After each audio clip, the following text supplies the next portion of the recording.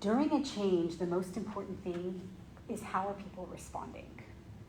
What is the level of resistance and where is it? Resistance is so important during change. And oftentimes it's not found out until very late. But some of that data sifting that I talked about, those informal communication strategies, those informal communication tools, if we leverage that, we can learn where resistance is faster. We can address that resistance, because what happens with resistance is it spreads like a wildfire. And if we find it early, we can address it fast, and we can pivot our change strategy. And lastly, it does talk about cultural health monitoring. So often, most of my organizations that implement change are actually experiencing change fatigue. Has anybody experienced change fatigue? Does anybody know what change fatigue is? Most of my organizations that come to me have already gone through 4 or 5 changes that were unsuccessful. And so by the time they come to me, they have a much larger transformation they want to implement, but they want to do so successfully, and their track record is unsuccessful. So my first order of business, often in situations like this, is to ask them, how have they implemented the change? What have they done in the past? Why do they think it's been unsuccessful? And then the reality is I take a more psychological approach to change than I do a more mechanical approach. For example, I have a client in Texas right now who is undergoing who's recently been acquired by ExxonMobil, and they're completely changing their work environment. ExxonMobil works in a very specific way. They work in what's called an agile workspace, which means they don't have designated seats. They don't have traditional oil and gas corner offices.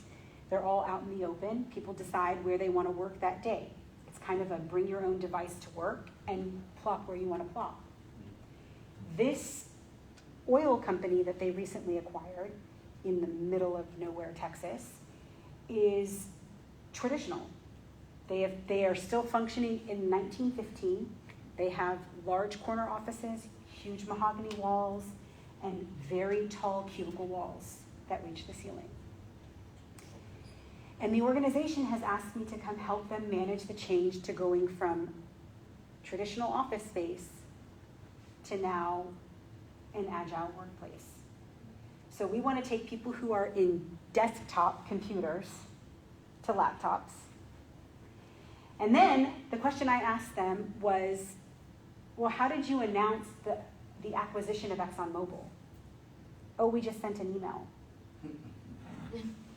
You sent an email to a bunch of people that they were recently acquired by ExxonMobil, and you had no thoughts about what that meant to their culture, what that meant to them as an employee.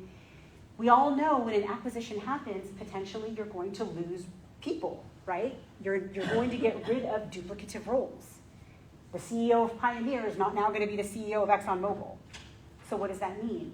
So if the way you handle change was by an email, I'm not just handling your workplace change based on what's actually different. Now I'm addressing your psychological change.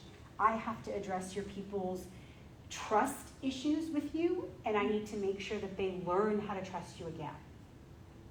So for me, artificial intelligence will help me do all of the unnecessary data analysis so I can focus on that. That's the use of artificial intelligence.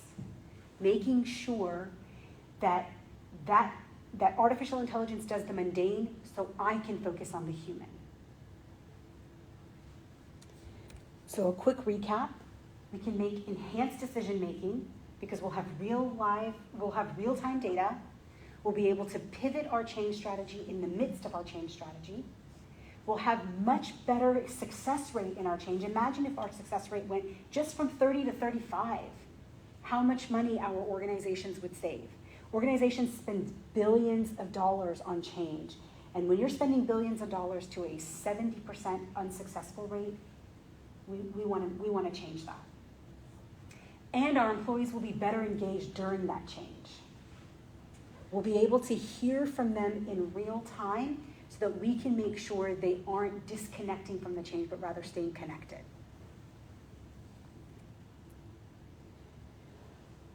Okay, the big one, ethical considerations on our change, on leveraging artificial intelligence. I talked about what organizations are collecting already, right? We're already collecting data. How we use that data is what makes it ethical or unbiased, right? So when we talk about training tools and mitigating bias, it's all about how we build our AI algorithm. Sorry guys, I feel like I just realized I was going in a different direction, but let's start really quickly on the algorithm real fast. My bad. So when we talk about ensuring that our AI tools are unbiased, it's all about how we, as IO psychologists, help our coders build these robots. So when we're collecting data, when we're making sure that the data is secure, we want to make sure we get employee consent. Employees need to know that their data will be used for the future. And we want to make sure that we anonymize that data. So I talked before about how the voice begins their judgment process. What we want to do is make sure we tell the story of data without any demographics behind it. No race, religion, culture, gender, none of those things should be relevant in the data that we collect on our organization. Because the reality is all of the people are in the same organization, and what we want to do is address make our algorithms specific to our culture, specific to the desire of the business, and specific to the future objectives. And that has to be completely unbiased from all of our own human-centric biases.